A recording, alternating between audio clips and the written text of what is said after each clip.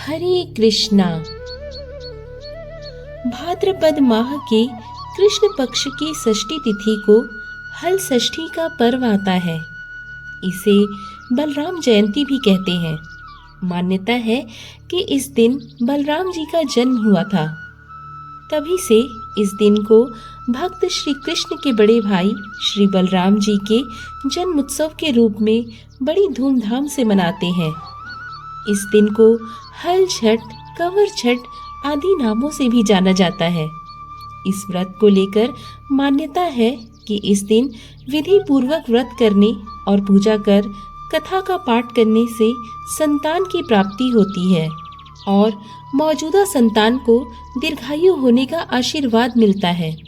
अगर आप भी ये व्रत कर रहे हैं तो आइए इस कथा का श्रवण करते हैं।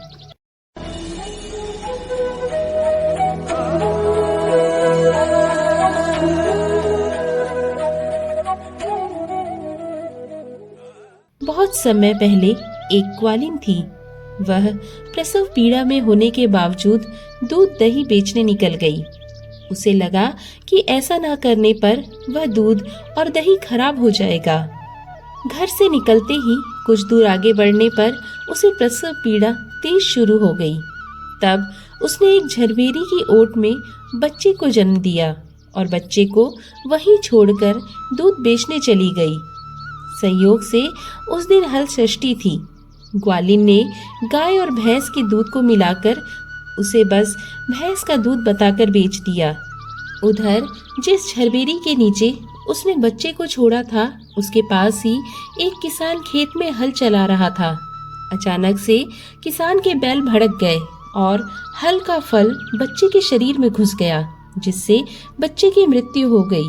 मरे हुए बच्चे को देखकर किसान बहुत दुखी हुआ और उसने हिम्मत से काम लेकर उसी झरबेरी के कांटों से ही बच्चे को टाके लगा दिए और वहीं छोड़कर चला गया।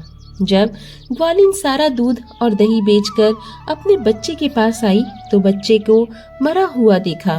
बच्चे को इस अवस्था में देखकर वह समझ गई कि यह सब उसके पापों की ही सजा है। मन ही मन अपने आप को कोसने लगी कि अगर असत्य बोलकर दूध ना बेचा होता और गांव की महिलाओं का धर्म भ्रष्ट न किया होता तो मेरे बच्चे की यह दशा ना होती। इसके बाद ग्वालिन तुरंत उठी और गांव की महिलाओं को सारी बात बताकर माफी मांगने लगी और इस करतूत के लिए मिले दंड के बारे में बताने लगी।